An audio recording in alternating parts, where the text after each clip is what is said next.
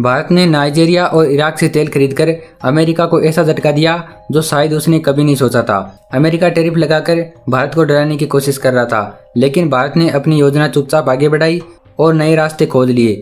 रूस का सस्ता तेल, इराक का भरोसेमंद सपोर्ट और नाइजीरिया का नया सौदा, ये सब मिलकर अमेरिका की योजना को पीछे धकेल रहे हैं। अब यह देखना दिलचस्प होगा कि अमेरिका आगे क्या कदम उठाता है और भारत कैसे हर चुनौती को अवसर में बदलता है। भारत के बंदरगाहों पर दर्जनों तेल और गैस के टैंकर अपनी मंजिल की ओर बढ़ रहे हैं। ये टैंकर सिर्फ तेल नहीं ला रहे, बल्कि भारत की रणनीतिक ताकत का प्रतीक है। ये टैंकर रूस से आ रहे हैं, जो भारत का सबसे बड़ा तेल आपूर्ति बन चुका है, और भारत अपने कुल आयात का 35 से 40% हिस्सा रूस से ही खरीद रहा है। रूस यूक्रेन युद्ध से पहले ये आंकड़ा मात्र 0.2% था, लेकिन आज भारत रूसी तेल की बदौलत अरबों डॉलर की बचत कर रहा है। जुलाई 2025 में भारत ने 18 लाख बैरल प्रतिदिन रूसी तेल आयात किया, जो जून महीने के 21 लाख बैरल तेल से थोड़ा कम है। लेकिन फिर भी ये भारत की ऊर्जा रणनीति का एक महत्वपूर्ण स्तंभ है। लेकिन कहानी अभी यहीं खत्म नहीं होती। भारत ने अपनी ऊर्जा आपूर्ति को और मजबूत किया है। इराक, जो भारत का एक पुराना और भरोसेमंद आपूर्ति करता है, फाइनेंशियल ईयर 2023 में 49.9 मिलियन मीट्रिक टन तेल खरीद चुका है, जो भारत के कुल आयात का 21.46% है। और चौंकाने वाली बात तो ये है कि अमेरिका, जो भारत पर टैरिफ लगा रहा है, वह खुद भी भारत को तेल बेचता है। 2025 के पहले 6 महीनों में अमेरिका से भारत आने वाले तेल में 50% की वृद्धि हुई। इंडियन ऑयल कॉरपोरेशन यानी IOC ने सितंबर 2025 की डिलीवरी के लिए 70 लाख बैरल तेल बुक किए, जिनमें ज्यादातर हिस्सा अमेरिका और कनाडा से हैं। जो देश भारत पर दबाव डाल रहा है, वही उसका व्यापारिक साझेदार भी है। अमेरिका ने 8 अगस्त 2025 को भारतीय सामानों पर 25% का टैरिफ लगाया और रूसी तेल आयात के लिए 25% अतिरिक्त जुर्माना जोड़ा, जिससे कुल मिलाकर 50% टैरिफ लगा दिया। अमेरिका का गुस्सा रूस पर है, क्योंकि भारत सस्ते दाम पर रूसी तेल खरीद रहा है, लेकिन भारत ने इस दबाव को सीरियसली नहीं लिया। इंडिया टुडे के अनुसार इस टैरिफ से भारत को ज्यादा नुकसान नहीं होगा। भारत के निर्यात पर 1.87% और GDP पर सिर्फ 0.19% फर्क पड़ेगा। यह आंकड़ा भारत की आर्थिक मजबूती को दर्शाता है। भारत ने न सिर्फ इस दबाव को झेल लिया, बल्कि अपनी ऊर्जा नीति को और मजबूत किया। इस बीच यूरोपीय यूनियन ने भारत की नायरा एनर्जी पर प्रतिबंध लगाए।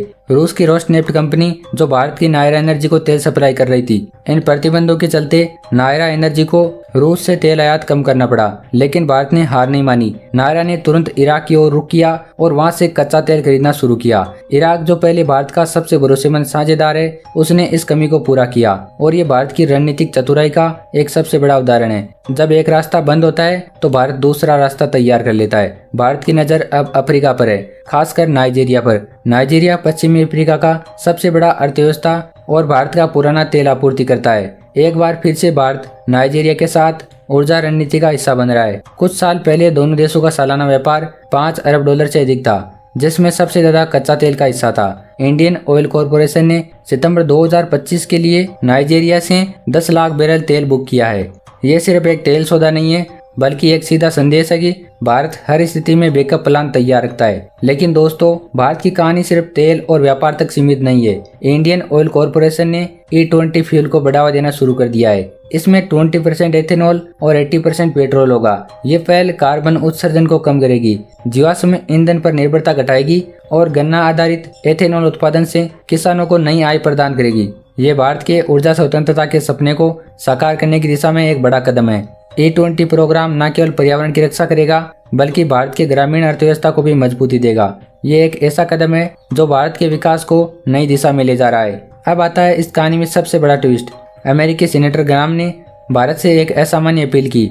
उन्होंने कहा कि भारत के प्रधानमंत्री मोदी के नेतृत्व में राष्ट्रपति डोनाल्ड ट्रंप को मनाकर रूस यूक्रेन युद्ध को समाप्त करने में मदद करे। यह अपील तब आई जब मोदी और रूस के राष्ट्रपति पुतिन के बीच फोन पर ऊर्जा व्यापार और वैश्विक सुरक्षा पर चर्चा हुई।